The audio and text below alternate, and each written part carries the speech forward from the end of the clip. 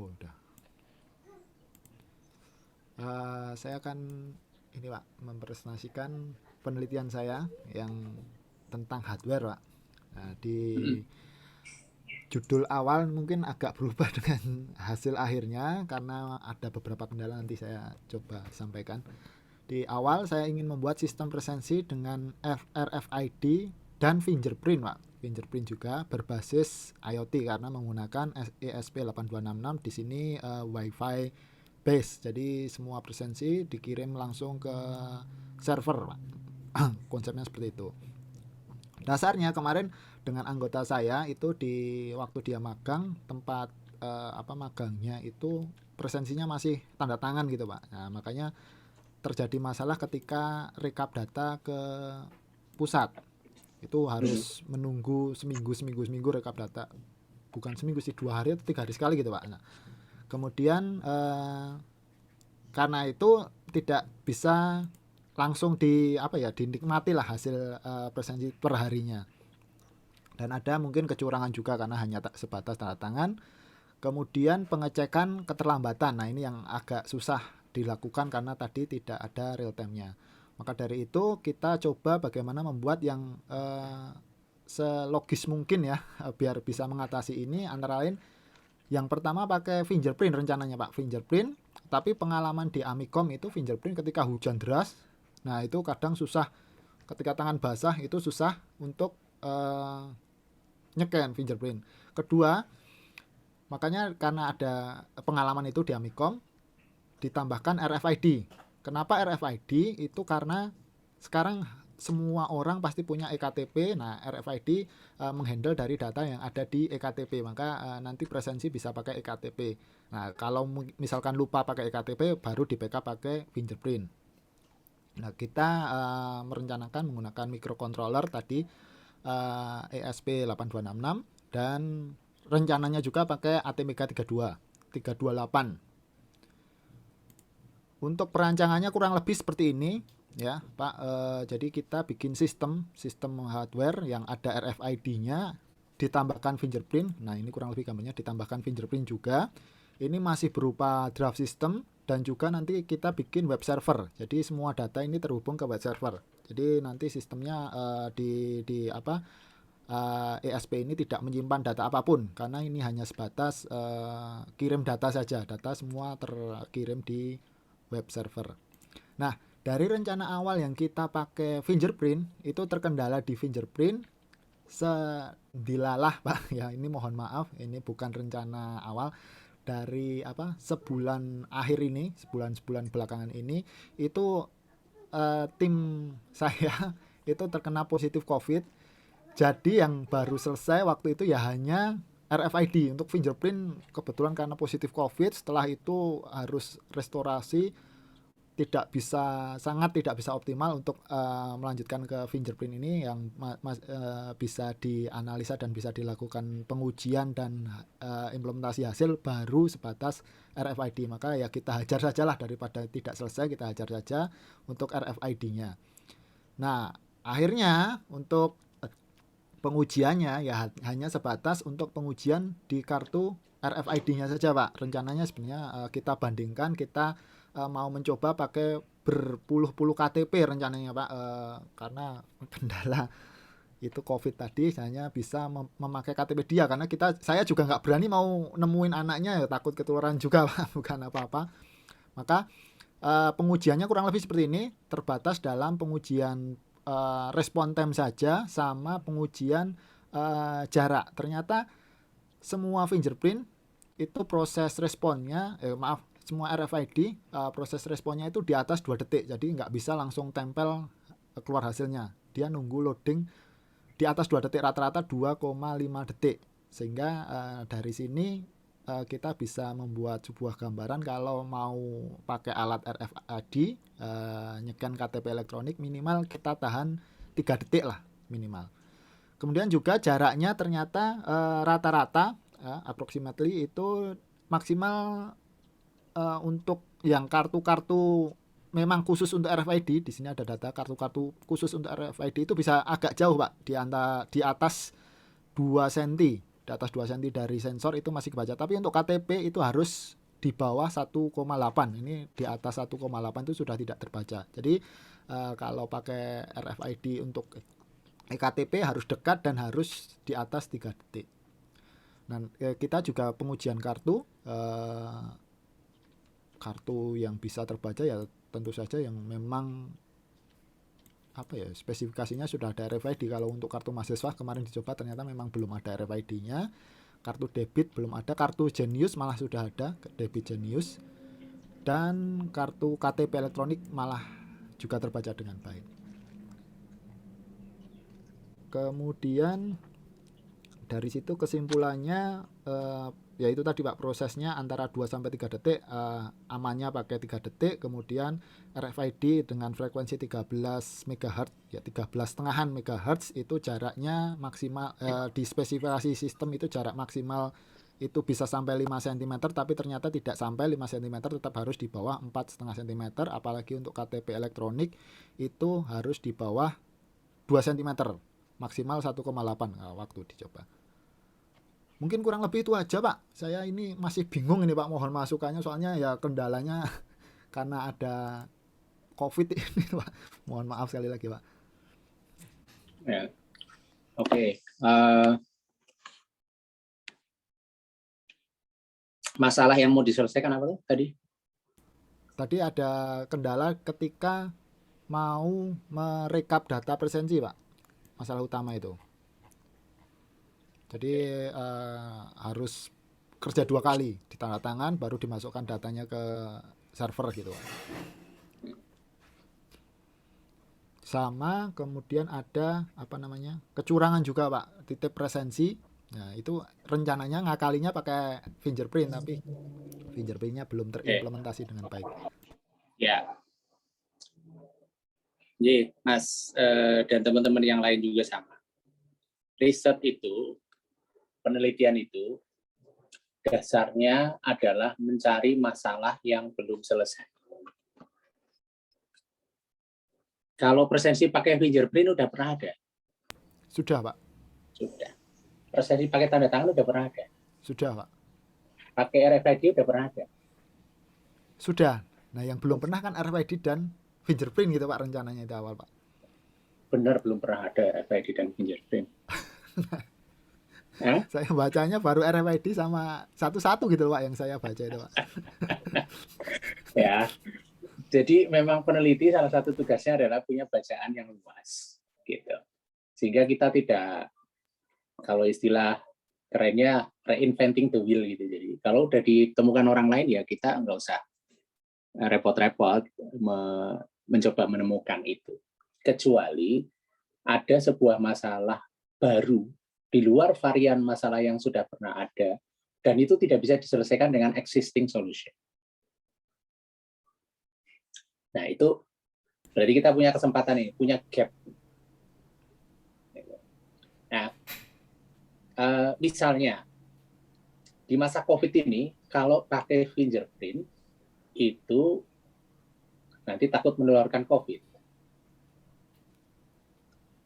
Pakai tanda tangan, bolpennya nanti takut menularkan. Sehingga kita punya sebenarnya di situ, begitu ada COVID itu kesempatan riset jadi sangat luas. Barang-barang, hal-hal yang dulu tidak menjadi restriksi, sekarang jadi restriksi. Nah, disitulah sebetulnya teman-teman punya kesempatan. Ini menarik loh sebetulnya, kalau misalnya begitu ada COVID, Anda switch. Piye yo carane presensi sing ora marahin nular ke COVID,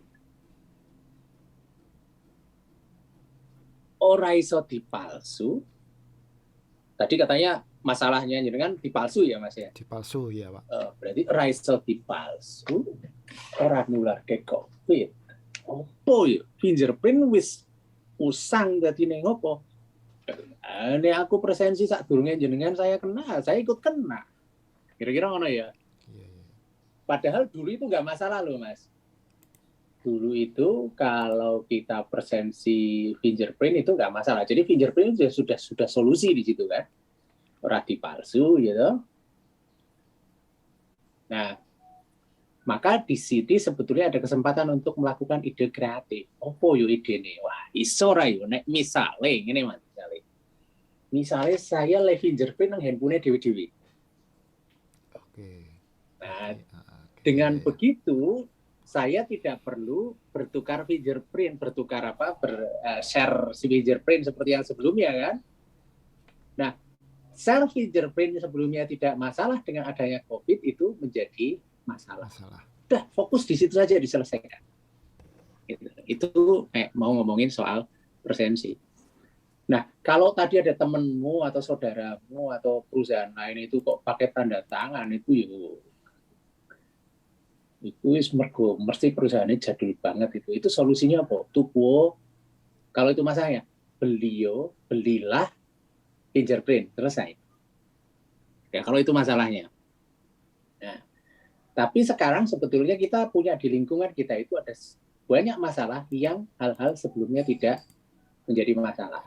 Dulu itu nggak ada soal, Mas. Amikom itu sekarang ada soal. Soalnya apa? Sampean yang ngomah, ini presensi tenan ora?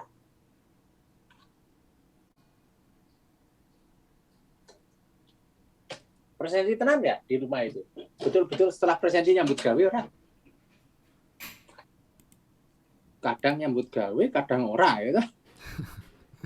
Iya nggak? Ya, ya. Masalah ini masalah umum atau masalah Amikom saja? Umum, Pak, itu, Pak. Umum, ya. Jadi ada beberapa hal yang lain yang perlu diperhatikan adalah ketika kita riset itu bagaimana kita memberikan solusi general. Orang lain juga bisa pakai, tidak cuma kita saja. Oke. Nah, jadi menurut saya yang Anda lakukan itu itu mencoba menyelesaikan sesuatu yang sebetulnya penyelesaian itu sudah pernah ada. Presensi menggunakan RFID. Yang kedua, menggunakan RFID, KTP tadi, itu menyelesaikan masalahmu yang tadi soal dipalsu, orang.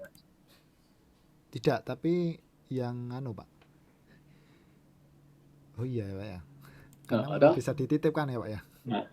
Jadi jenengan ngajuk ke masalah. Iki nek nganggo ngono aku kira iso dipalsu. Ya, iki solusine apa? Pakai RFID. Ya toh. Ya, dinggonya. Itik yo. Yo, nganggo KTP netik nen. Ora. Aku telepon ya. Yo, iki KTP ku digawa ya, tolong digawa ning kantor. Resensike yo. Padha ora masalahnya? Ya. Nah, jadi Anda mengajukan masalah. Ya.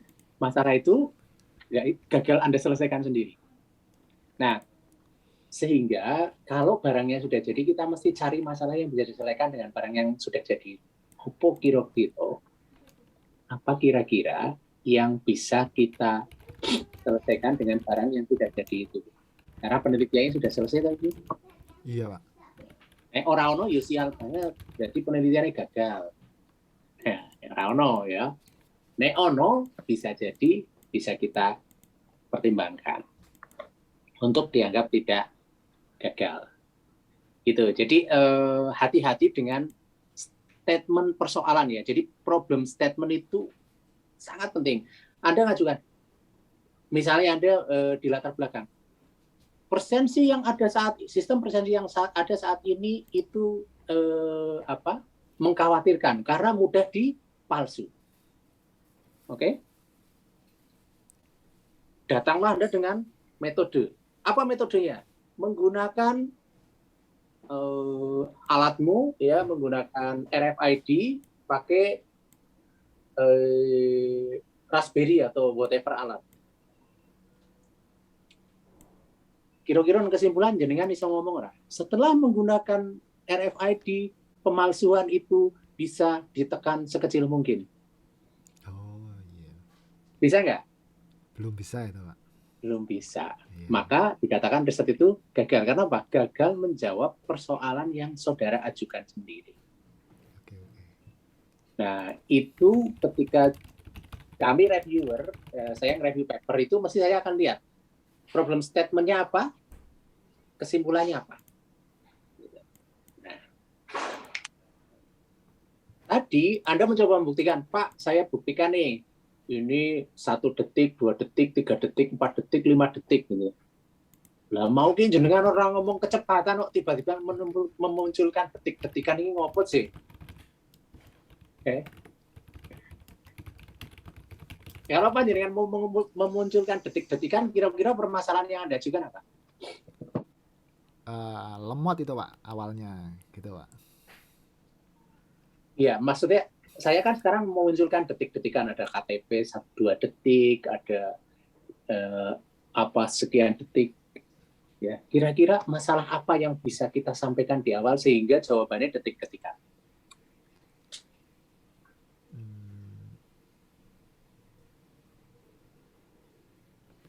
Kecepatan proses Pak. Oke, maka Anda bisa ngomong begini, sistem presensi yang ada sekarang itu membutuhkan waktu yang lama untuk setiap kali presensi.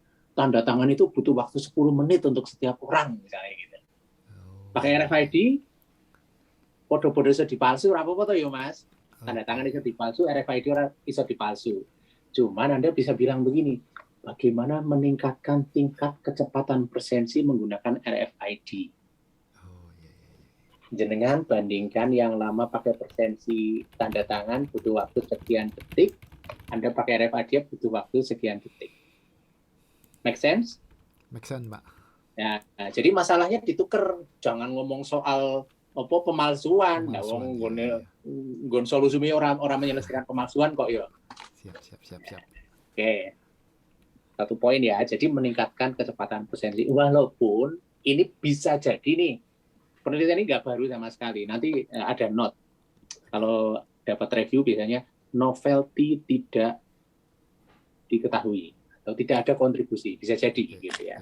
Tapi antara masalah dengan solusi paling tidak sudah nyambung kan? Sudah nyambung, iya Pak. Apalagi sekarang, Anda bisa jadi sekarang sudah ada masalah, tidak ada produk presensi menggunakan RFID, sudah ada kan? Iya. Mereka menyajikan data nggak? Berapa respon time-nya? Belum, Pak. Belum. Anda menyajikan data nggak? Iya. Mereka menyajikan data nggak? Perbedaan antar kartu, respon time antar kartu? Enggak sih, Pak. Bisa jadi tidak. Anda punya data nggak? Data respon time-nya ada, Pak. Nah, maka Anda kan punya pertanyaan penelitian. Berapa variasi respon time antara kartu dengan RFID? Anda jadikan masalah. Nanti jawabannya apa? Oh ini loh Pak, saya uji 15 jenis kartu. Kartu Jenius, kartu kredit Visa, kredit Mandiri. Oh, ngumpulin kartu kredit sa. Oke, gitu. Setelah saya coba, yang paling cepat adalah kartu kredit Mandiri misalnya. Nah, jadi masalah itu bisa dijawabkan karena Anda menyajikan data kecepatan tadi. Lalu Anda tadi kan juga menyajikan apa? Jarak ya. Jarak ya Pak. Nah, jadi bikin masalah yang kira-kira jawabannya jarak apa? Masalahnya. Jawabannya jarak.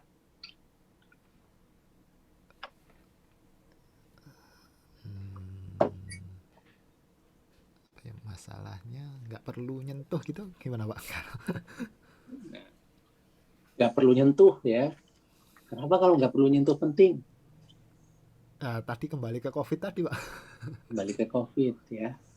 Nggak perlu nyentuh, jaraknya piro mau? 1, kalau KTP 1,8 maksimal 1,8 cm. Maksimal paling jauh ya. Iya, kalau yang RFID card biasa yang dedicated itu sampai 4,7 Pak. 4,7 cm. Oke. Spirit caranya 3 nyentuh. Anda bisa bikin desain itu. Bisa bikin desain sehingga ada tempat untuk meletakkan yang itu tidak tersentuh. Desain alatnya itu kemudian menjadi kontribusi panjenengan. Ya, jadi pertanyaan risetnya apa? Isora mungkin tidak membuat presensi RFID yang visible untuk menghindari sentuhan.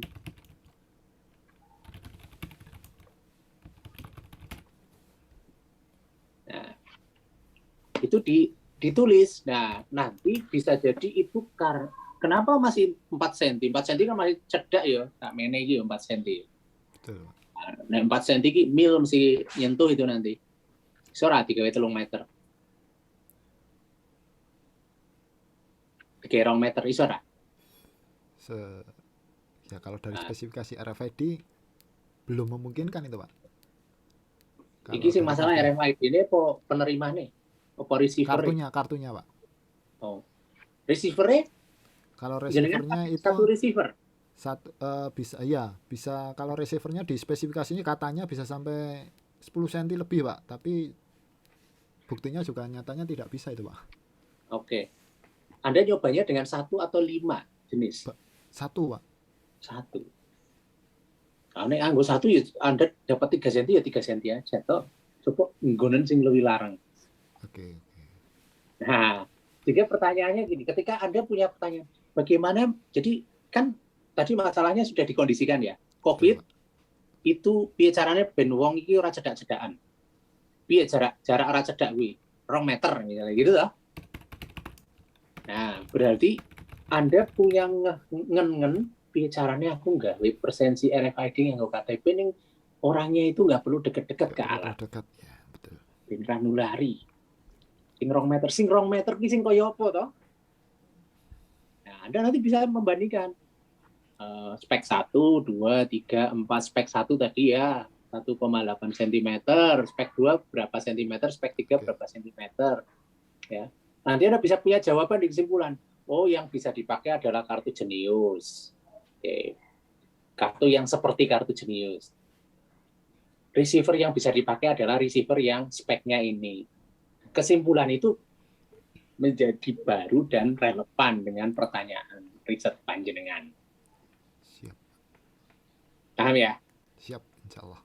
Paham. Jadi itu bisa dilakukan, tapi sangat jelas apa? Anda harus sangat jelas tujuan awalnya tuh mau ngapain. Ini kan masih samar-samar ya? Samar-samar. Masih samar-samar, terus tiba-tiba dapat alat ini jalan, alhamdulillah ini apa ini? Melaku ini ya, Cuman nggak dari awal Anda by design itu memang punya pertanyaan itu, Mas. Jadi pertanyaannya itu sambil jalan gitu ya, sambil jalan.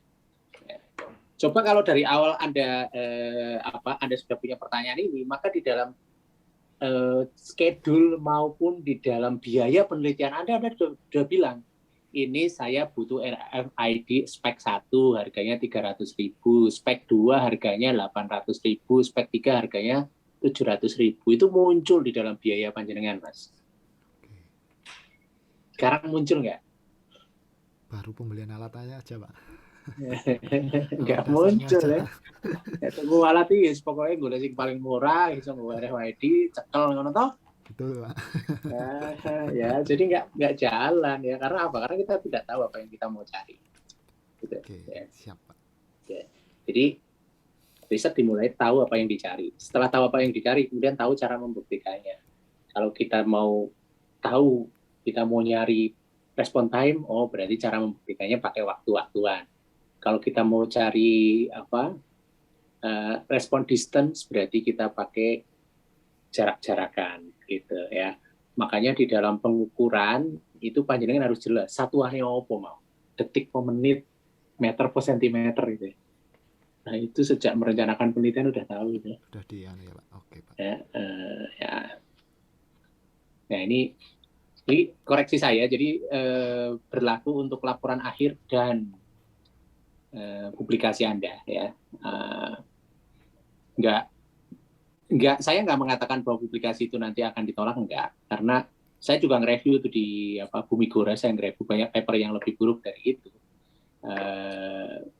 Cuman kalau kita bicara tentang kontribusi, harusnya kita bisa naik kelas. Kalau tadi yang Anda kerjakan terencana, harusnya yang Anda kerjakan itu layak untuk masuk ke publikasi yang jauh lebih baik dari itu. Siap. Ya. Jadi silahkan dicoba lagi, itu bisa jadi bahan semester depan untuk menjawab pertanyaan itu. Tapi sejak awal, sejak proposal itu harus jelas dulu pertanyaannya. Siap. Ya. Oke. Terima kasih Gitu. masukannya, Pak. Wah, belajar Ya. banyak ini, Pak. Ada pencerahan sekarang, Pak. Oke. Work submitted.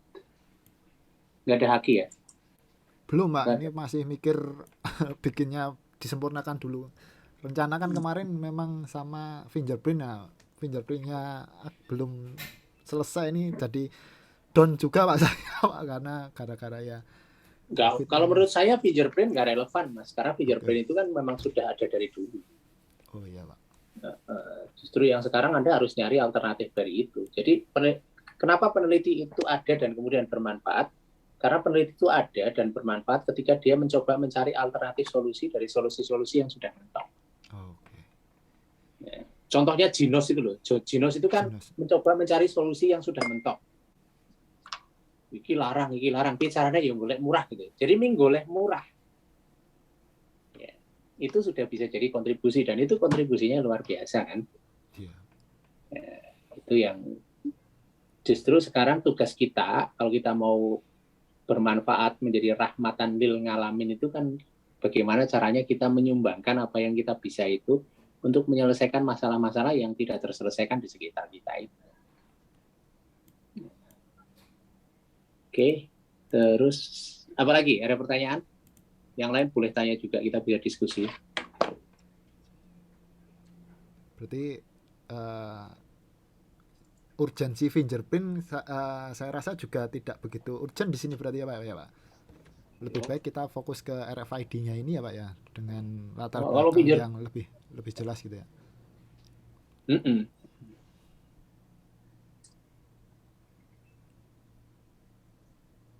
Fingerprint ini di sini udah ada fingerprintnya di handphone yang harga 3 jutaan seperti ini udah ada.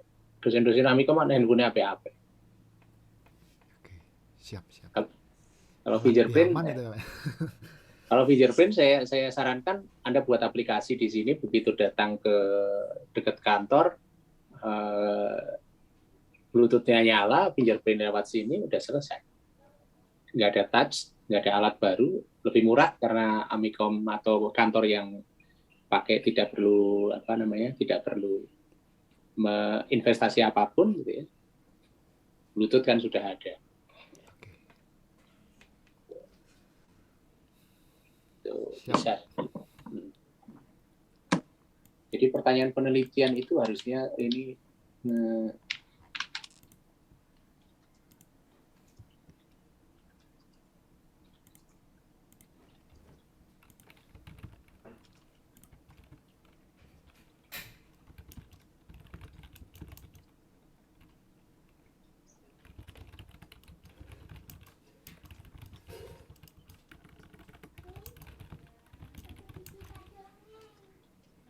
jadi kalau saran saya, Anda udah punya hasil, sekarang masalahnya dimodifikasi. Bukan masalah yang dulu Anda ajukan itu kemudian kita selesaikan. Nah, itu akan lebih lama. Ya.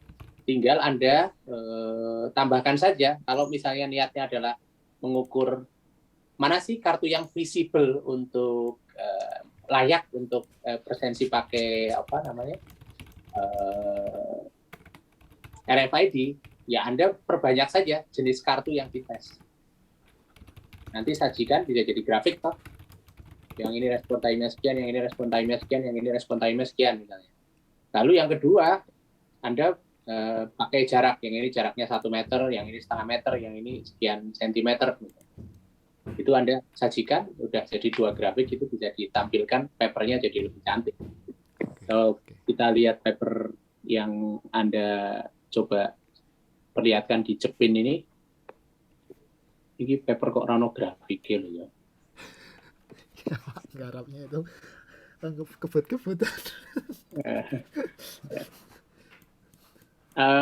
Ini apa namanya? Kalau Anda orang teknik,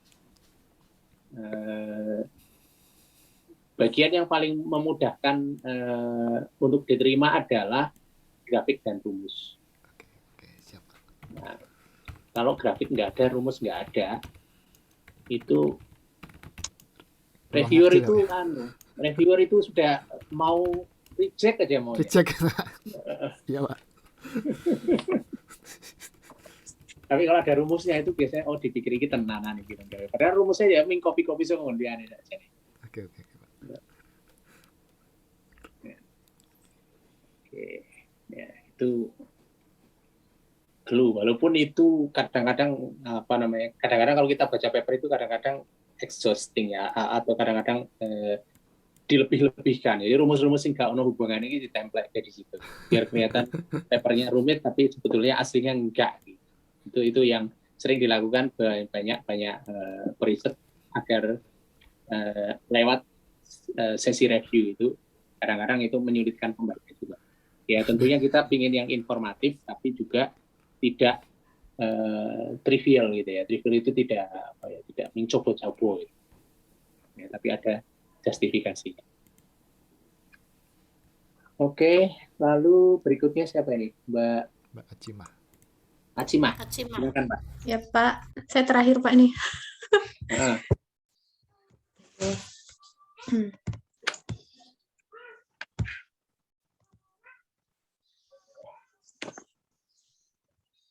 Sudah muncul belum ya, Bapak Ibu? Ya, sudah. Oke, baik. Sebelumnya, bismillahirrahmanirrahim. Assalamualaikum warahmatullahi wabarakatuh. Terima kasih Pak Arif sudah memberikan waktu kepada saya untuk mempresentasikan hasil dari penelitian kami. Di sini judulnya adalah Analisa Pola Pembelian Konsumen pada Era Pandemi dengan a priori algoritma berbasis web service. Nama saya Acimah Sidauruk. Oke, langsung aja. Di sini yang melatar belakangi penelitiannya adalah di masa pandemi ini semua orang melakukan usaha perlindungan diri agar terhindar dari penyebaran virus corona. Data konsumsi obat dapat dilihat pada transaksi penjualan di apotek. Data transaksi lebih dari 3 bulan pasti tidak sedikit, sehingga dalam melakukan evaluasi terhadap data-data tersebut dapat dibantu dengan menerapkan data mining. Penelitian ini akan memanfaatkan algoritma a priori untuk mengetahui pola pembelian konsumen pada suatu apotek. Proses pengolahan data akan dibagi dua, yaitu asosiasi data sebelum pandemi, kemudian data di masa pandemi.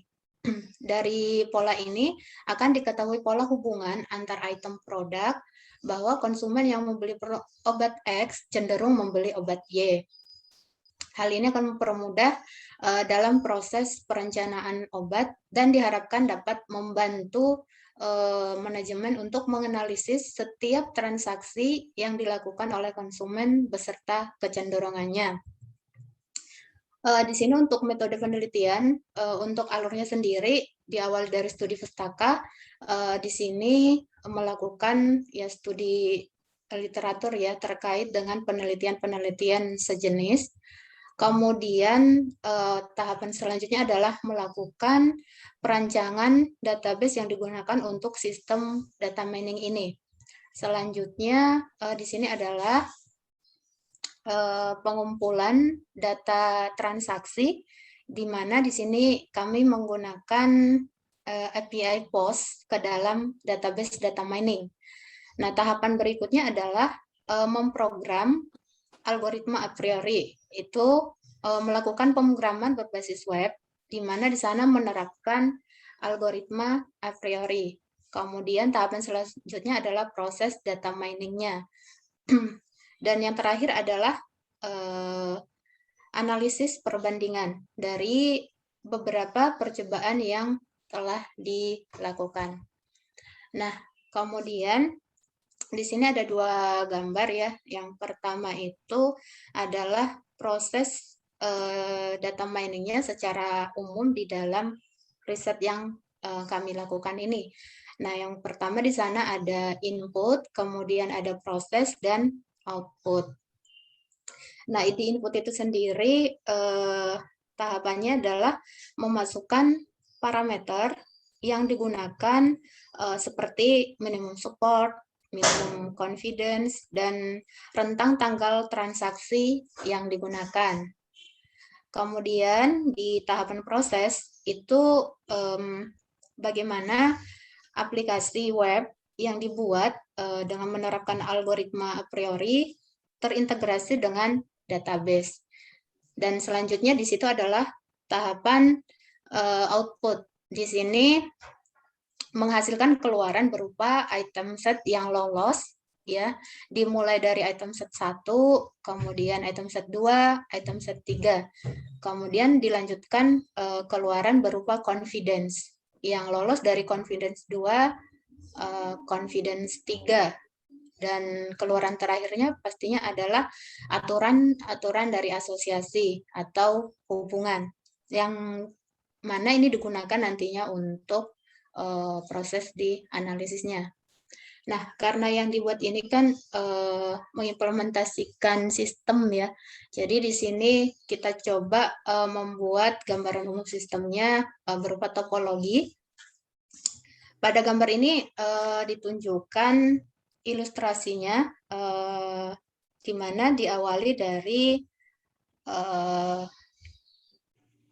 di sana ada sistem yang sudah ada ya, sistem dari apotik yang kita jadikan objek ini kan sudah ada sistem penjualannya, yaitu point of sales atau POS yang dimiliki apotik tersebut. Nah, kemudian POS ini kan memiliki database yang menyimpan transaksi setiap harinya.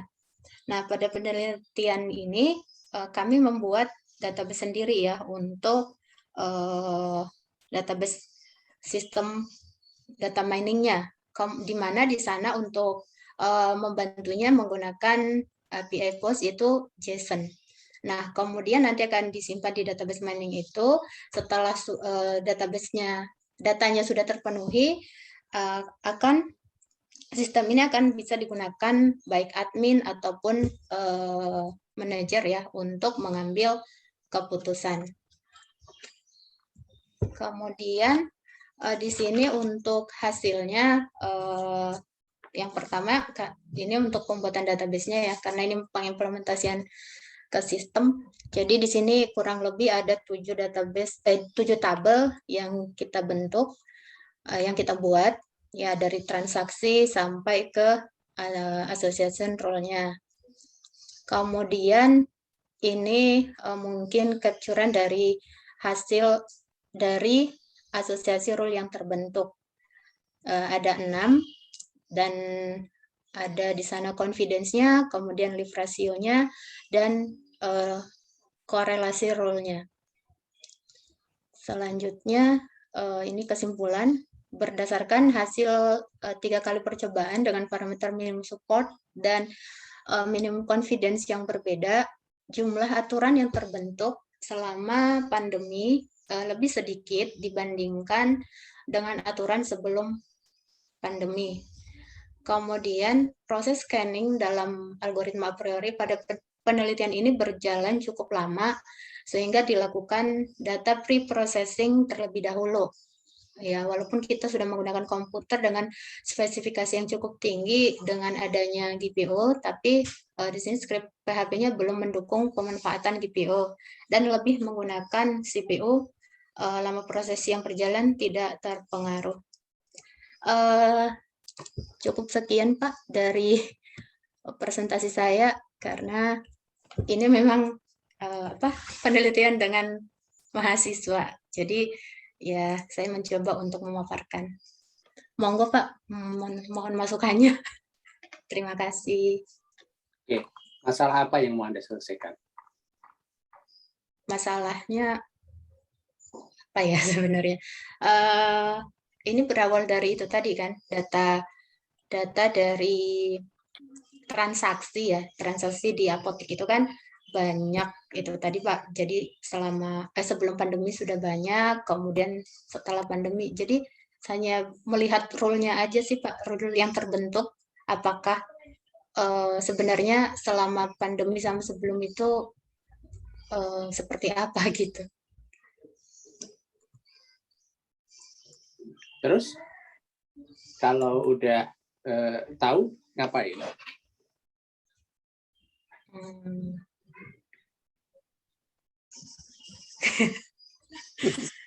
No. Kalau udah tahu, diapain ya? Ditulis ke jurnal. Aduh. Nah, jadi masalah lagi ya. Jadi masalah pertama ketika kita mau melakukan penelitian itu harus jelas sebetulnya memang ada masalah enggak. Misal ketika kita tahu a priori rule-nya, kemudian misalnya kita bisa tahu nggak kemudian persediaan obat yang harus di reorder ketika kita tahu itu. Artinya apa? Oh, artinya di sini ada kepentingan. Kalau saya punya apotek, kemudian saya tahu Bodrek itu selalu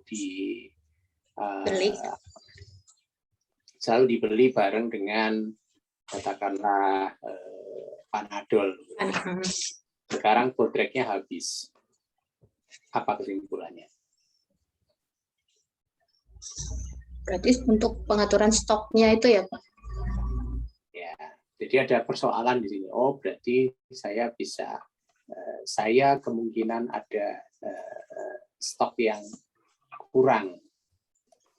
Dan untuk mencari stok yang kurang, bisa jadi saya tidak harus menghitung seluruh jenis obat, cukup menghitung jenis-jenis obat yang ada di sebelah kiri di dalam association rule tadi. Atau misalnya saya ingin tahu apakah ada perbedaan perilaku konsumen pada saat sebelum pandemi dan sesudah pandemi. Ada nggak perbedaan asosiasi antara sebelum pandemi dan sesudah pandemi? Kalau ada, maknanya apa? Berarti dari hasilnya, mohon maaf Pak, dari hasil asosiasi rule yang ditemukan itu nanti masih dari hasilnya itu dijabarkan lagi seperti itu Pak? Atau gimana ya? Iya. Kalau sebetulnya, kalau yang benar itu kan penelitian terarah sejak awal nih. Ada misalnya masalah di apotek itu misalnya masalah persediaan obat misalnya. Jadi sering terjadi di apotek itu sering terjadi misal sering terjadi ada persoalan bahwa orang mau beli obat apa tapi nggak ada gitu ya, hitnya kurang misalnya. Kalau itu yang dilakukan, maka kemudian pertanyaan penelitiannya bagaimana meningkatkan tingkat ketepatan persediaan obat. Oh, oke, itu masalah misalnya. Itu masalah lokal di dalam kehidupan apotek.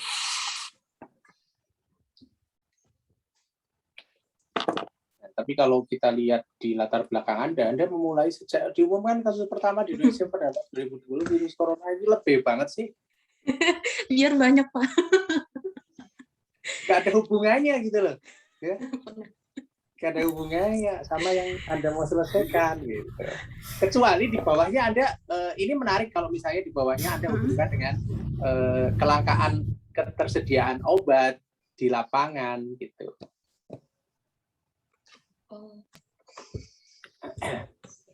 Anda tidak hanya sekedar melihat, Anda kan bisa lihat data data penderita COVID di satu daerah, kemudian data persediaan obat yang hilang dari pasaran, kemudian Anda lihat asosiasinya, apakah ada hubungan, apakah ada hubungan antara kelangkaan obat jenis-jenis tertentu dengan adanya kasus penderita COVID. Itu latar belakangnya sejak diumumkan kasus pertama itu jadi nyambung gitu loh ya. Tapi kalau nggak ada apa ya. Nah, kelemahan dari periset Indonesia pada saat nulis itu muter-muter nggak karuan. Muter aja. Nggak cuma Anda. Orang Indonesia itu senangnya muter-muter. Ya. Biasa ngomong sama istrinya juga muter, mau minta kopi aja, waduh dia itu sore ini kayaknya puasa cerah ya, kesuwen, apa jalur apa kopi kan enak banget.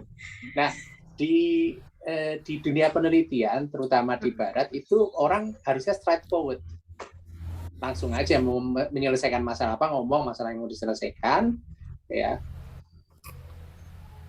Jadi membuat big picture itu bagus, membuat gambaran besar itu bagus, tetapi gambaran besarnya itu harus berhubungan dengan yang kita mau solusi gitu. Ya betul, di sini sekarang banyak orang yang kena COVID, banyak yang mati, banyak juga yang ekonominya berkurang gitu ya. Itu apa gitu? Ya. Oke Pak. Ya itu di latar belakang ya, baik di paper maupun di sini tuh banyak yang bulat gak karuan. Iya. Terlebih mungkin minta tolong yang di paper sih Pak, karena ya memang masih bingung aja sih untuk menuangkan itu ke paper itu seperti apa gitu. Karena beberapa kali ya rejected juga, jadi akhirnya malas untuk nulis. Ya karena masih bulat itu. Ya jadi Pak. Kayak akses punya tadi di mana ya?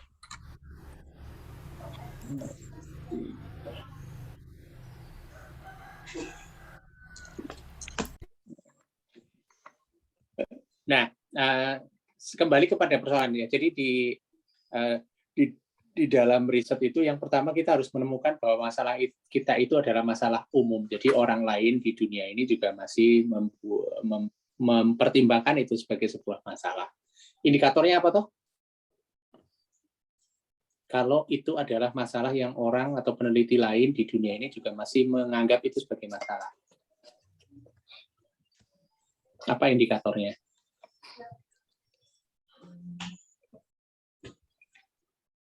Apa ya? Kalau saya membuat judul, tadi judulnya Mas Uyok ya, presensi menggunakan RFID. Kira-kira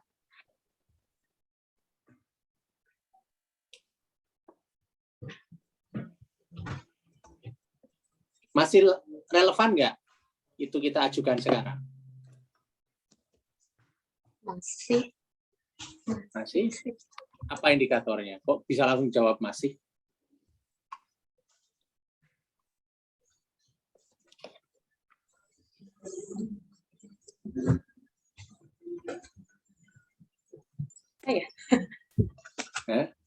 Teman-teman yang lain tahu nggak apa indikatornya bahwa sebuah masalah yang kita ajukan sebagai penelitian itu masih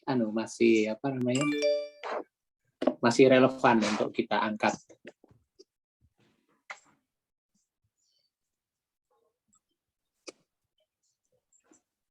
Ada yang tahu? Masih terkini kali ya? Tahu ya? No. Itu gunanya apa sih? Gunanya bagian mana di dalam paper? Yang mendorong orang itu paham bahwa masalah yang Anda ajukan itu adalah sebuah permasalahan yang masih relevan untuk dibahas. Apa Mbak Yuli? Mungkin karena untuk obat itu keluar masuknya itu kan selalu berbeda-beda Pak, sehingga untuk mohon maaf Pak, ke judul ke atas Pak, yang ini untuk kaitannya dengan penelitiannya Mbak Aci itu kan tadi menggunakan a priori ya Pak ya. Karena apa ya, barangnya itu kan selalu naik turun untuk permintaannya, sehingga nanti yang dilakukan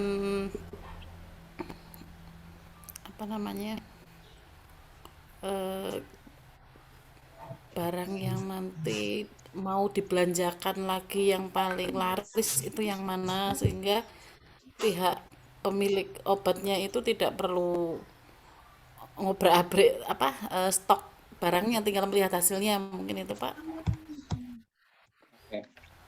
Oke. Sekarang tiga-tiganya saya tanya deh. Berikan kepada saya sebuah alasan bahwa riset yang Anda ajukan itu memang masih layak di riset.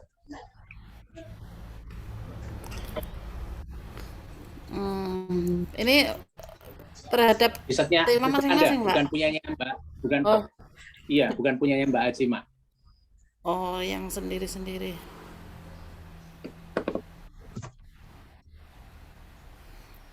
Kalau punya saya, eh, ini terkait di luar tadi sudah tahu yang dikasih saran sama Pak Arif itu karena ya pengen tahu aja sebenarnya itu ada efeknya nggak sih, ada perbedaannya nggak sih antara kuliah online dengan kuliah offline gitu.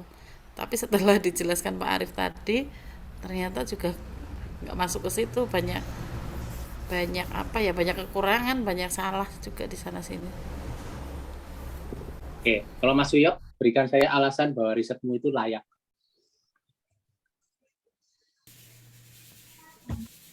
Oh Mas Uyo, izin ke toilet ini di chat Pak. Oke, oke, baik. Ya, teman-teman tahu nggak di dalam metode penelitian itu langkah pertama ngapain?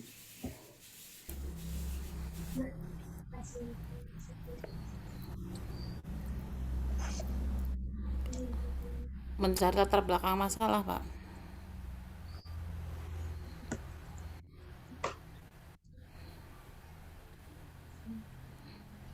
Kayaknya tadi ada yang nulis di papernya atau di anunya. Langkah pertama, langkah kedua. Apa Mbak Aci, kalau Anda riset itu langkah pertama ngapain, langkah kedua ngapain? Kalau saya itu nyari sumber data dulu. Dari sumber Kan? data. Oke. Jadi dari data itu nanti kan terlihat sih, mencoba untuk menganalisa kira-kira ini problemnya apa gitu. Kemudian untuk setelah menemukan problem itu nanti apa yang layak untuk menyelesaikan problem tersebut gitu Pak. Coba sekarang saya cek punya siapa tadi, udah nulis ya. Anda itu nulis tapi kayaknya nulisnya itu nggak pada sadar itu. Itu tuh ngebut setengah hari sebelum itu Pak. Jadi lupa mana yang ditulis.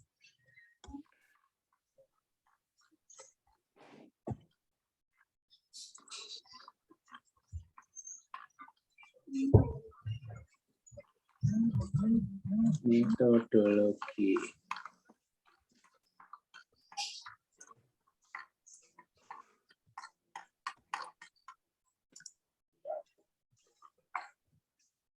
Ya, tadi ada yang nulis sendiri sebetulnya. Di dalam metodologi itu ada langkah pertama itu menyiapkan identifikasi masalah ya.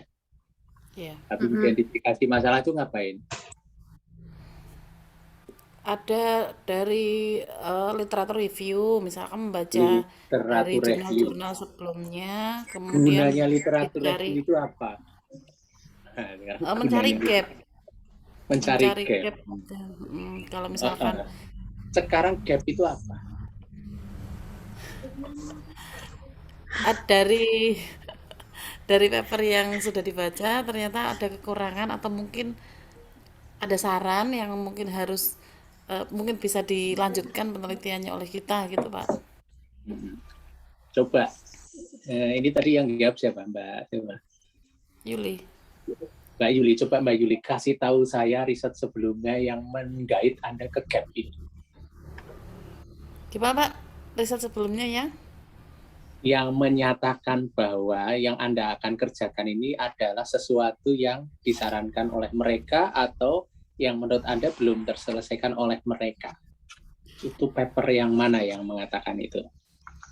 Di tempat saya nggak pakai literatur review untuk ini Pak, nggak gap ini. Jadi hanya mengambil dari data itu ada masalahnya apa. Kayaknya saya takut jawab Bu Yuli. Karena nanti bakal dikejar Pak Arif. Ya, ini Bapak Ibu, ini adalah kesalahan kita ya, kesalahan periset secara umum ya.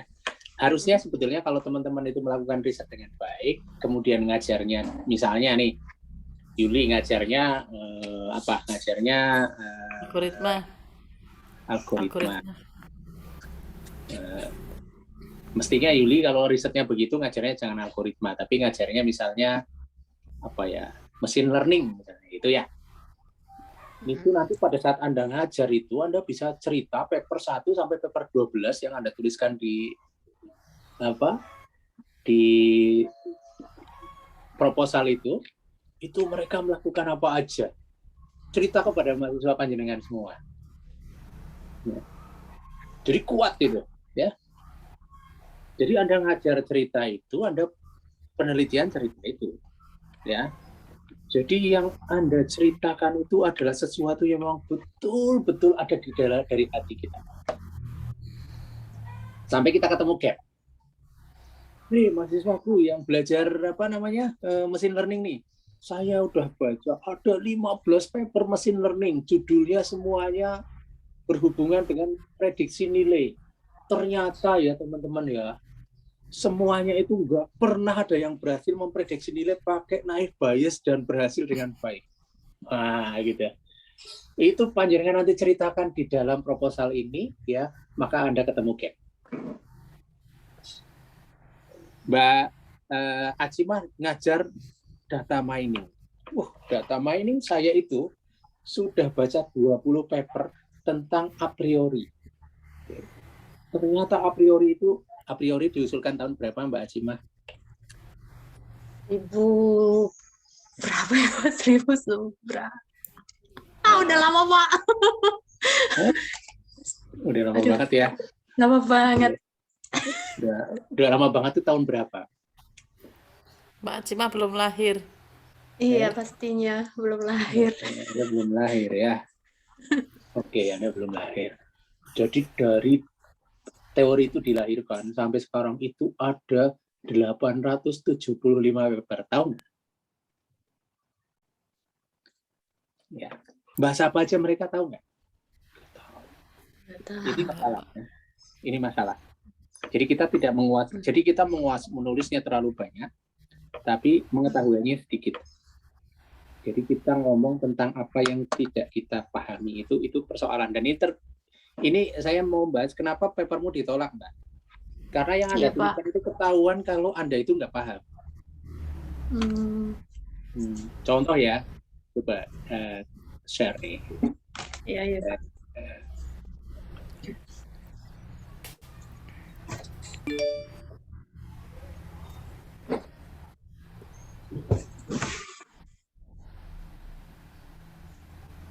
Coba Mbak, Dr. Andes Suhartono M.Pharm APT itu tinggal di mana? Enggak Nggak tahu toh? nggak tahu. Ya tahu ya. Mbak pernah baca papernya Pak Suhartono? Enggak juga. Ya. Reviewer tahu persis ini. Ini di copy paste dari satu tempat dan tidak Anda edit nih. Cuma pindah-pindah kata aja tuh biar nggak turnitin. Ya. Oke Pak. Kalau yang udah biasa nge-review, lihat paragraf ketiga itu langsung reject. Kenapa? Ketahuan bahwa penulisnya itu memang tidak menulis dari hatinya, tapi dia menulis dari tulisan orang lain. Ya. Gampang kok. Gimana caranya? Mbak, ini semuanya selain yang nomor Suhartono tadi, itu Anda memakai kurung buka 3, kurung tutup 3. Ini referencing method namanya. Ya, ini referencing method caranya IEEE. Yang ini Anda nggak pakai caranya siapa-siapa nih. Cara sendiri, Pak. Bukan cara sendiri pun nggak. Ini caranya orang ini. Bagian ini, ya, silahkan jujur, bagian ini itu dari mana? Ya, dari punyanya orang. Ya. Oke, iya, Jadi, Pak. gampang sekali, ya. Jadi gampang sekali bagi reviewer yang sudah mereview berkali-kali, itu pasti langsung spot. Ini nggak ditulis sendiri. Yang ini ditulis sendiri, ya. Nah, di dalam tulisan yang baik itu ada koherensi namanya. Jadi gaya bahasa penulis itu dari awal sampai akhir itu stable. Jadi nggak ada orang yang menulis sendiri itu gaya bahasanya itu berubah-ubah. Kalau ada yang gaya bahasanya berubah-ubah, maka akan langsung ketahuan. Silahkan nanti di sini dicek, Mbak, dicek pakai Turnitin, ya. Bagian mana yang di blok. Saya akan ngeblok bagian ini. Saya bukan Turnitin, tapi saya langsung ngeblok ini. Bapak udah terbiasa, Pak. Jadi langsung bangun tidur lihat ini blok ini. Nah, itu ya, jadi itu. Nah, Pak, celakanya siap. Bapak Ibu, celakanya kadang-kadang bagian abstrak ini juga tidak ditulis dari hati.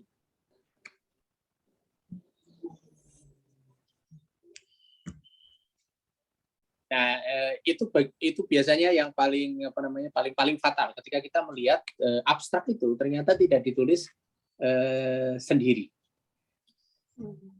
Karena ketahuan. Jadi ketika abstraknya itu ada bagian yang ditulis sendiri, ada yang tidak, itu akan ketahuan. Kecil banget. Misalnya Anda biasa pakai kata-kata sejak kasus pertama di Indonesia, ini saya 80% boleh taruhan, ini kayaknya bukan kata-kata gaya bahasamu. Enggak, Pak. Terlalu pintar saya pakai kata-kata itu. Ya, bukan. Nah, itu ketahuan. Kenapa? Karena tidak koheren dengan bagian yang Anda tulis sendiri, Mbak. Bagian yang Anda tulis sendiri itu gini. Dari pola ini akan diketahui pola hubungan antara item produk. Ini bagian yang Anda tulis sendiri. Gayanya jelek banget. Ya, gayanya jelek. Nah, dari sini orang sudah bilang, sebenarnya disuruh rewrite. Ini yang kadang-kadang kita juga ada beberapa software yang sekarang bisa dipakai untuk melakukan tadi, menghindari Turnitin itu diputar-putar segala macam itu bisa, tapi menimbulkan menjadi bukan aci lah gitu ya. Ini kan yang hadir di sini bukan aci nih. Ini gaya baca dari koran ya.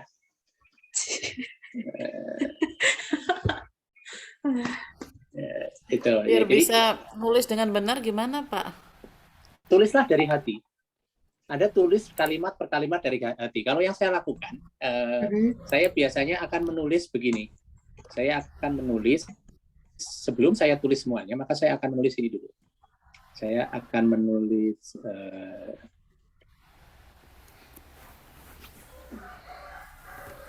kerangka dulu. Abstrak. Saya ngasih pesan apa aja.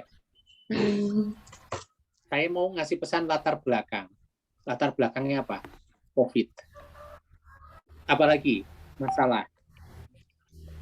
Saya mau menulis masalah apa? Oh, COVID itu menimbulkan persediaan obat kurang.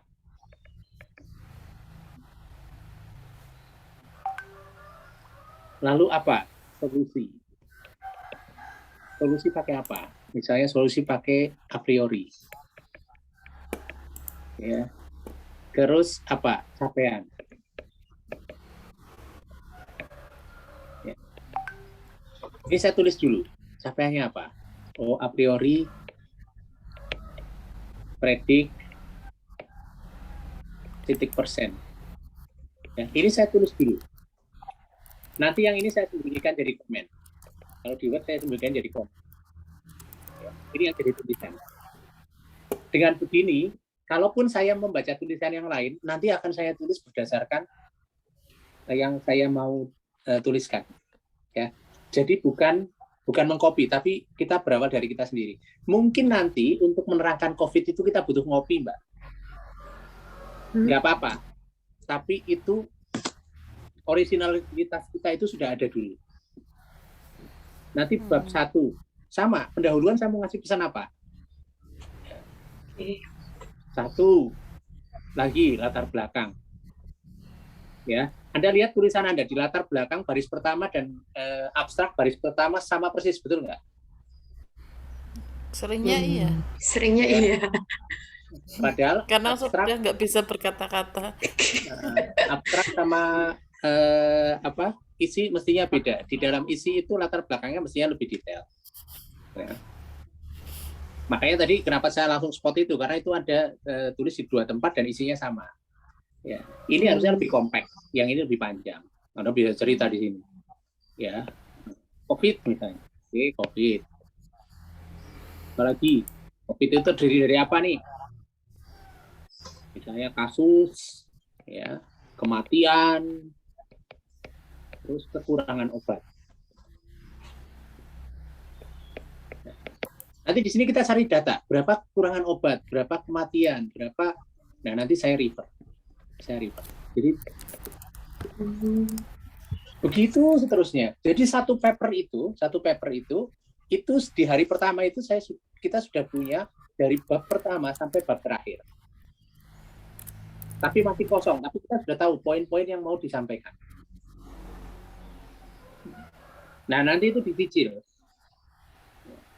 Nah, karena saking mudahnya sekarang copy paste, biasanya teman-teman yang dulu juga pernah saya lakukan dan selalu tertangkap sama Turnitin, itu yang saya lakukan adalah mengcopy dari paper lain taruh di sini, copy paper lain taruh di sini, copy paper lain taruh di sini. Maka kan ketahuan kayak tadi. Nah, caranya bagaimana? Kalau misalnya saya lihat di koran, COVID-19 meningkat. Loh, bahasanya bombastis ya. Iya. Ya, saya tulis di sini. COVID-19 adalah penyakit yang menjadi bla bla bla bla. Begitu toh? Jadi bahasa saya sekarang ya. Jadi bahasa saya, bukan bahasa koran. Nah, hindari kopas. Kopas itu memang menggoda kita karena akan jauh lebih cepat untuk memenuhi jumlah halaman itu. Dan bisa mengejar deadline. Nah, itu ya. Nah, itu soal yang terjadi di banyak peneliti karena menulisnya itu nggak dari hati, nggak dari saya mau ngomong apa aja ya. Tapi di koran ngomong apa aja, copy taruh di situ. Ada koran lain, copy taruh di situ. Ada koran lain, copy taruh di situ. Jadi 30% dari 3 selesai. Ya. Pak, mau tanya, berarti kalau misalkan mengutip tetap kita ubah gitu ya Pak ya kata-katanya atau gimana itu Pak? Wajib main. Oh iya. Tapi tidak mengubah makna gitu ya Pak ya? Tidak mengubah makna. Kalau memang menurut Anda, misalnya Anda lihat paper saya, misalnya di paper saya buat tahun 2012. Kemudian saya mengatakan bahwa respon time untuk RFID adalah lambat. Oke? Itu di paper saya tahun 2012. Kemudian Mas Uyok baca sekarang. Mau menaruh di sini. Apakah harus ditulis seperti itu? Tulisnya diubah gitu ya Pak? Iya, harus diubah. Pada tahun 2012 menurut Pak Arief, respon time dari RFID adalah lambat. Tetapi saat ini kenyataannya tidak begitu kan? Oh, Ya, Itu di kesimpulan atau di latar belakang, Pak? Di latar belakang, itu tuh sudah terjadi di belakang kok. Jadi kayak pengantarnya dulu gitu ya Pak, bisa juga ya? Iya, jadi yang ditulis misalnya Anda mengutip paper saya, yang ditulis itu bukan bunyi paper saya, bukan abstrak paper saya sebagai rujukan, tetapi yang ditulis adalah respon dari Anda sebagai pembaca. Bukan mengcopy abstrak. Nah, kalau Anda lihat di paper-paper Anda, coba kita lihat lagi papernya ya. Iya. Dari abstrak. Copy. Terus kesimpulan. Kita mengcopy abstrak. Itu tadi edit dikit. Ini itu namanya paper yang dikutip. Jadi Pak Soehartono ini mesti Anda nggak baca tulisannya Pak Soehartono, tapi Anda membaca papernya orang lain. Papernya orang lain mengutip Soehartono. Nah, lalu Anda kutip lagi. Jadi ini ibarat hadis ini sudah sanadnya bertingkat gitu ya. Ya. Sanadnya bertingkat. Yakin nggak? Apalagi di sini ini Anda nggak menginformasikan nih. Anda mengutip ini dari siapa nih? Perawi sebelumnya siapa nih? Nggak ada kan? Jadi ada ketidakjujuran pengutipan di sini. Ini kalau ada orang yang mengutip Anda, ini jatuhnya ke hadis yang dhaif atau palsu.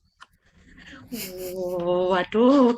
Nah, karena ada apa? Ada ketidakjujuran Anda bahwa Anda ini kan mengutip nih, tapi panjenengan nggak ngomong Anda ngutip dari nomor berapa. Udah turunan siapa gitu ya, Pak ya? Aduh. Nah, Oke. kalau ini diterus-teruskan, nanti orang yang mengutip Anda jadi bingung. Kelangan enggak, sakjane iki tulisannya sopo toh? Makanya saya tadi tanya, Soehartono itu main ngendi toh? Oke, Pak. Ya. Jadi kalau misalnya saya bilang kepada Mas Uyo, di tepi jalan itu ada orang cantik. Lah itu Uyo cerita sama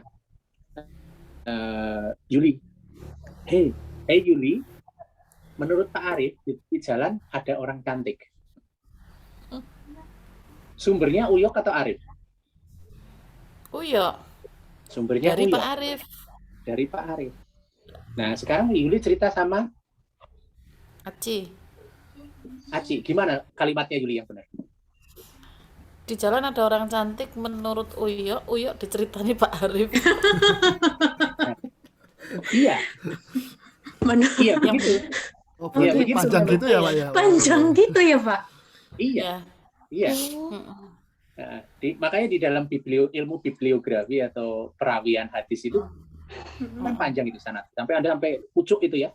Kalau tidak bisa kalau nanti ada yang putus di antara Yuli sampai Arif yang mendapatkan info yang berbeda. Informasi yang sebetulnya, maka di situ ada kecacatan.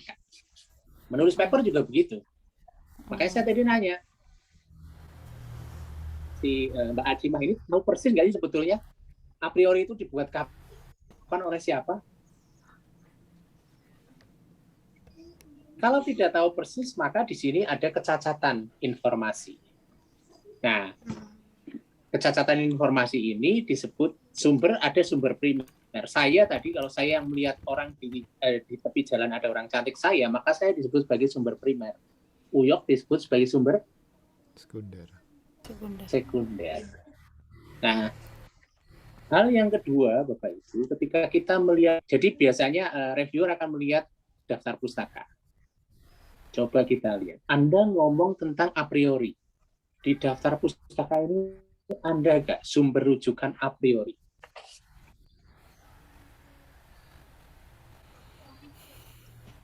Ada nggak? Teori a priori? Ya, teori a priori nggak ada, Pak.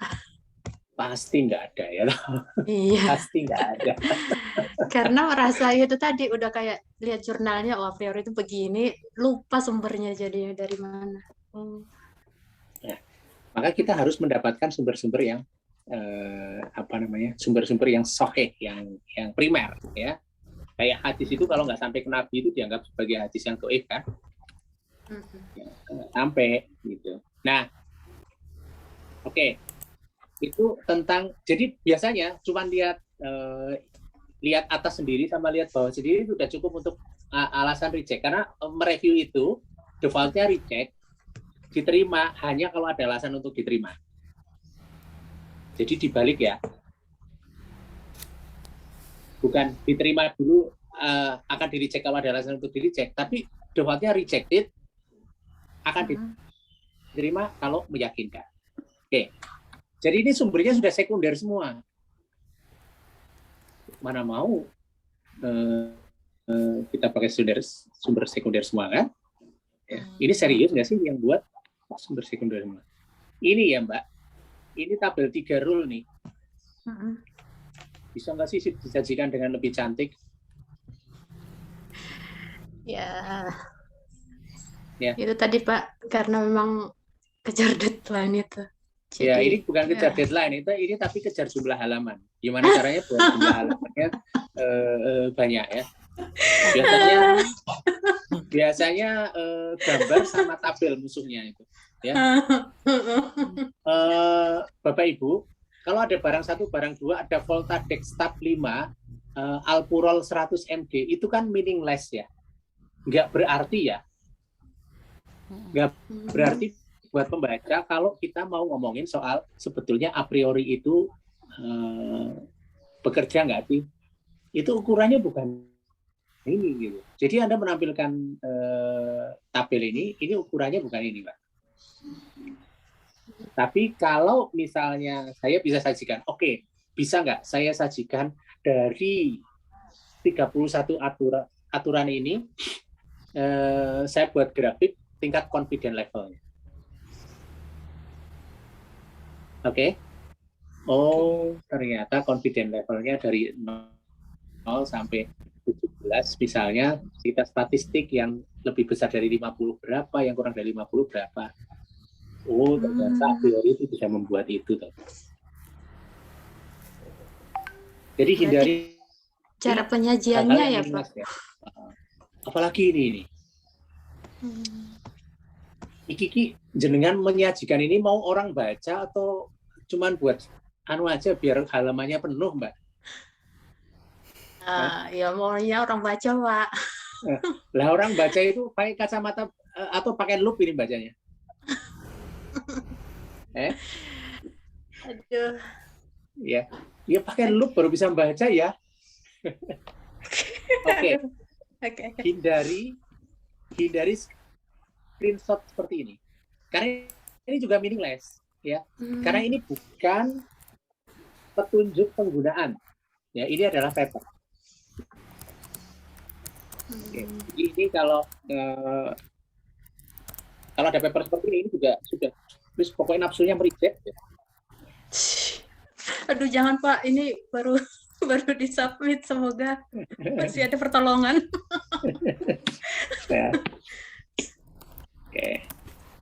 Dapatnya Pak Arif lagi reviewernya, jangan ya Pak. Nggak mungkin dapat saya ya, karena Amikom nggak mungkin dapat Amikom. Oke. Masih ada kesempatan ya Pak. Masih ada kesempatan. Ya. Pak mau tanya Pak. Nah. Kalau misalkan hasil dari penelitian ini kan sekarang jadi tahu banyak yang salah. Ketika misalkan nanti hasil revisinya itu misalkan mau anggaplah mau dijadikan sebagai penelitian baru tapi memperbaiki dari awal sampai akhir masukan-masukan yang dari Pak Arif tadi, itu boleh nggak sih Pak? Ya, boleh aja, tinggal diganti judulnya proposal itu Mbak. Karena emangnya Lemlit tahu itu saduran dari yang lama apa enggak? Karena pengennya kan gini Pak, selama ini kan ketika setelah presentasi seperti ini ada revisi, tinggal submit, kita nggak tahu lagi ada feedback ini sudah benar atau belum, kemudian sebenarnya sesuai atau belum dengan yang di review kemarin, kita kan nggak ngerti, jadinya ini sebenarnya benar apa enggak gitu, kita juga nggak tahu Pak. Ya, mestinya bisa jadi kan kalau tadi kita lihat punyamu misalnya tiba-tiba oke, berarti kan ada perubahan pertanyaan riset kan. Iya. Ya, kan Anda bisa membuat judul baru dengan itu. Yang sudah ya sudah ya. Banyak banget nanti jadi temanya memang berubah banget kan gitu dari yang ini. Iya. Ya. Oke, tadi ini ya. Jadi kenapa ini rejected ya? Karena ada banyak hal yang semoga bukan ini Pak yang di rejected Pak. Yang udah lalu sih. Mbak Aceh masukin kemana?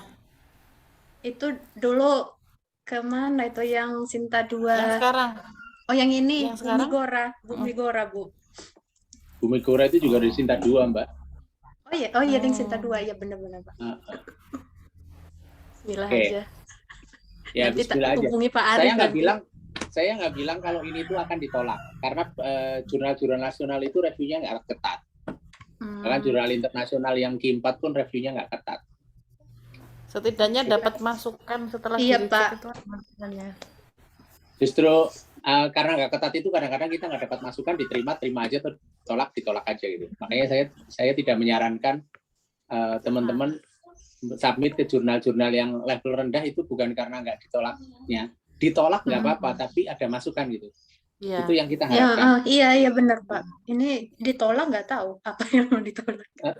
Ditolak nggak tahu apa yang mau diperbaiki gitu. Jadi itu yang tidak diharapkan dari proses review sebelumnya sebetulnya ya. Jadi hasilnya ya udah mengulang lagi kesalahan yang sama itu gitu loh Pak. Ya ini alhamdulillah ada ilmu baru Pak. Aduh. Oke. Nah, Oke. di banyak tulisan itu teman-teman menuliskan ini poin 3.3 ya, tampilan aplikasi ini kan kayak pada saat Anda bikin skripsi di Amikom ya. Itu nggak laku, Mbak. Nah, itu nggak laku karena jurnal itu bermaksud Nggak laku untuk ya, Pak. jadi jurnal itu bermaksud kalau Anda punya hipotesa, apa hipotesa yang Anda atau apa dugaan yang Anda bawa dulu. Anda menduga bahwa a priori dapat mengetahui pola pembelian konsumen pada apotek tertentu.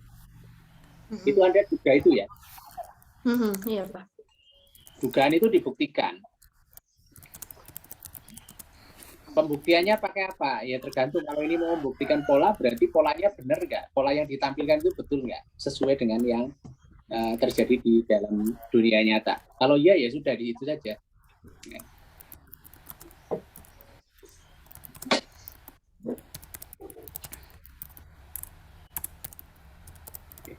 Ini ada teman dari UII juga ya?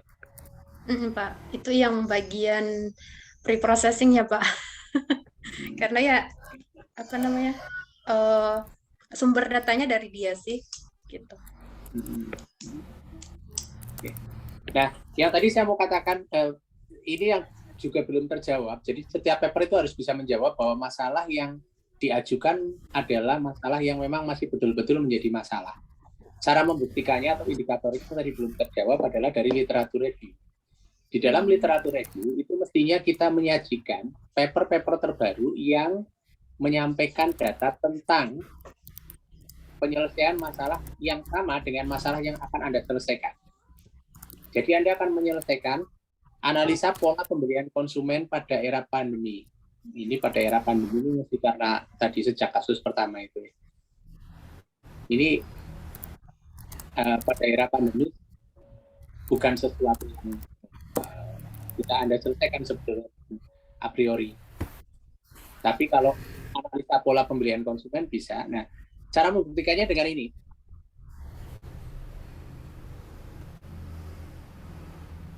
Coba kita lihat. 4 masalah utama yang dibebani pengusaha di tengah pandemi. Ini ada hubungannya nggak dengan a priori? Nggak ada. Nggak ada. Apotek adalah tempat membeli obat terbanyak, ada nggak? Ada, Pak. Dengan a priori ada? Nanti buat sumber datanya, nggak sih? Kalau a priorinya. Ada hubungannya dengan a priori nggak?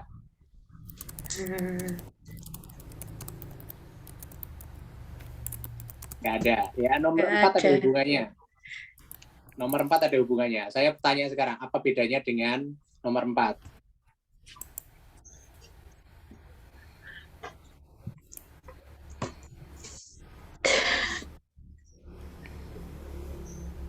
Apa bedanya dengan nomor 4, nomor 5? Apa ya? Tak berbeda. Nomor 8? Oke, ya. Iya, Pak. Oke, itu nanti ada di sini nih. Ada di sini. Ini nggak ada bab literatur review ya. Ini juga fatal ya. Literatur review kok nggak ada. Ini ada di sini. Jadi kita berharap peneliti reviewer berharap Anda menjelaskan kepada kami sebagai reviewer, ya. Tadi kan ada tiga jurnal yang pakai a priori ya. Jurnal nomor 4, 5, dan 7. Itu tiga-tiganya membahas a priori untuk obat di apotek ya. Apotek. Ya. Lalu apa defect mereka? Apa kelemahan mereka?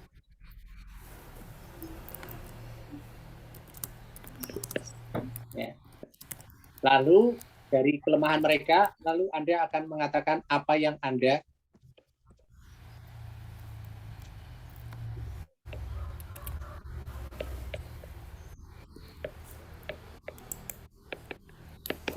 Nah, ini tolong dijawab di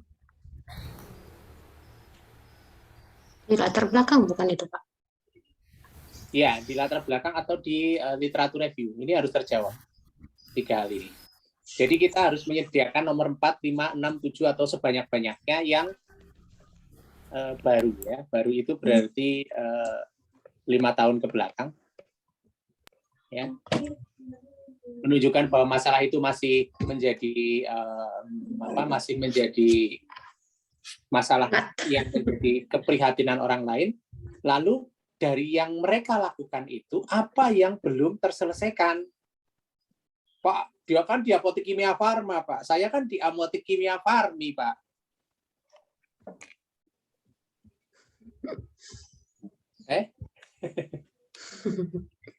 Ya kalau memang apotek kimia farmi itu adalah sesuatu yang punya alasan menjadi pembeda, oke. Misalnya begini. Apotek kimia farma itu apotek besar dengan jaringan nasional. Betul? Iya. Saya sekarang lihat datanya di apotek kecil di kampung-kampung yang terpencil yang tidak berjaringan. Oh, berarti itu pembedanya. Ya. Berarti kemungkinan nanti sifat dari datanya berbeda. Kemungkinan juga sama. Kita tidak tahu. Berarti ada alasan kalau ditanya apa perbedaan dengan mereka. Saya punya objek yang jauh lebih kecil. Kenapa lebih kecil itu menjadi penting? Karena sifat data di objek yang lebih kecil itu berbeda dengan objek yang besar. Itu sebutkan dengan jelas di dalam latar belakang panjenengan.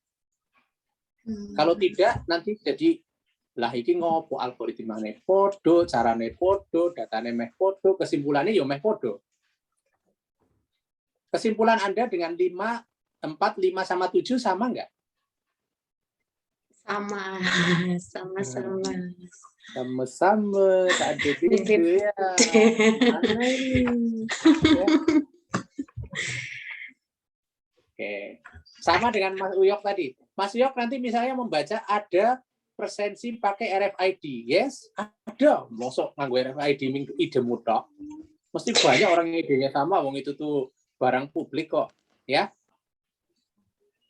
Lihat apa yang belum mereka kerjakan. Oh, ternyata mereka nggak ngukur respon time. Saya ngukur respon time A.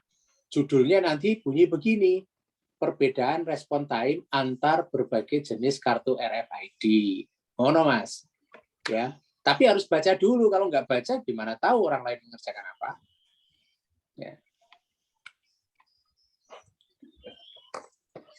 Misalnya, aduh, ternyata sudah ada yang mengerjakan respon time, sudah ada yang mengerjakan pakai sudah ada yang ngukur jarak juga. Iya yo. RFID opo sing kira-kira wong urung garap yo. Opo Mas kira-kira Mas? Apa ya, Pak ya?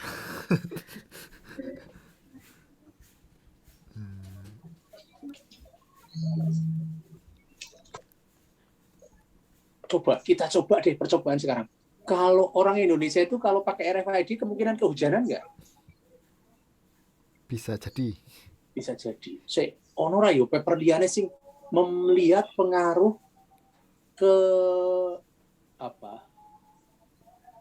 sensitivitas RFID pada saat habis direndam air garam. Oh iya. Nah, itu jadi penelitian baru. Kenapa?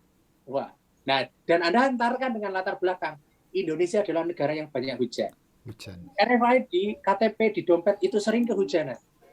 Oke? Pada saat dipakai untuk presensi, ada kemungkinan yang kena air ini tidak bisa dibaca. Nah, maka permasalahan itu apa pengaruh air hujan terhadap kepekaan RFID? Oh, no, Mas. Kalau memang itu belum ada yang garap, oh ternyata kok sudah ada yang garap yo. Yo. Iya Mas, kalau misalnya kita misalkan RFID sekarang ditaruh di dompet, jadi orang itu pada saat presensi itu nggak usah mengeluarkan RFID dari dompet, tinggal menunjukkan dompetnya di saku celananya ditunjukkan langsung cedit, itu orang ke sensor. Oke, itu bisa ya, tapi Anda harus baca dulu. Emang benar ada yang belum memakai itu. Nah, nanti kalau Anda baca-baca terus, Anda akan mentok itu. Waduh, ideku kabeh wis digarap wong liya ya piye ya? Wis digarap wong liya kabeh piye? Ganti haluan mungkin, Pak. Berhenti. Bisa ganti haluan, bisa. Makanya sebagai periset kita harus menjadi lebih kreatif, melihat masalah yang biasa menjadi tidak biasa. Anda tahu nggak, kalau orang nyebrang di jalan itu, kalau ada mobil lewat itu bahaya, betul nggak? Iya, Pak. Semua orang menganggap itu toh, Iya. nggak ada yang nggak ya. Nah, Iya, Pak. saya punya teman periset ini. Ini orangnya usil ini, ya, wis ngerti bahaya. Terus dia bilang begini, kan orang semua tahu baru bahaya tuh. Bahayanya itu berapa? Kalau ada nilai 0 sampai 1, bisa nggak saya buat kalau yang mobilnya kenceng itu bahayanya iki 90% harus ketabrak. Iki nek mobilnya rada lambat, ini 75%. Iki nek mobilnya rada lambat ning dhek iki lem laku ki rada miring, itu resiko tertabraknya itu 71%. Jadi itu kan kenyataan biasa nggih Bapak Ibu nggih. Iya. Bahwa Iya. orang yang nyebrang ono mobil mlaku ki yo resiko ketabraknya gede ya toh. Nah, teman saya periset ini usil. Segede apa toh resiko ketabraknya? Jadi kreatif ya. Menambahkan sesuatu. Jadi menambahkan informasi yang orang nggak kepikir sebelumnya. Piye nek RFID ditaruh jakut celana belakang terus wonge kentut. Itu sensitivitasnya naik apa turun? Oke, dan seterusnya. Jadi itu yang bisa dilakukan nih. Jadi itu untuk papernya Mbak Acipa kira-kira ini. Oke, Pak. Ya. Nanti ditunggu aja hasil reviewnya, tapi kira-kira ya kurang lebih ya kira-kira komentarnya itu. Oke, Bapak. Terima kasih Pak Arif. Sangat Ya, membuka sama-sama. wawasan. Oke, saya kira itu cukup. Terima kasih. Iya, jahadan ya. Tuan ini. Iya. Sudah 15 Alhamdulillah. menit ya. Ini berapa SKS kita? Alhamdulillah dapat Pak Arif. 8 SKS. Alhamdulillah ini tercerahkan nih, Pak. Iya. Kebodohan Sekarang Bu. paham, tapi nanti kalau revisi bingung lagi. Yang penting Kayak- dicatat Bu. Saya tuh nyatet sih, nggak tahu nanti Iya penjabarannya. sama, udah tak catat. Catat ini. Ini saya record, nanti recordnya tak share.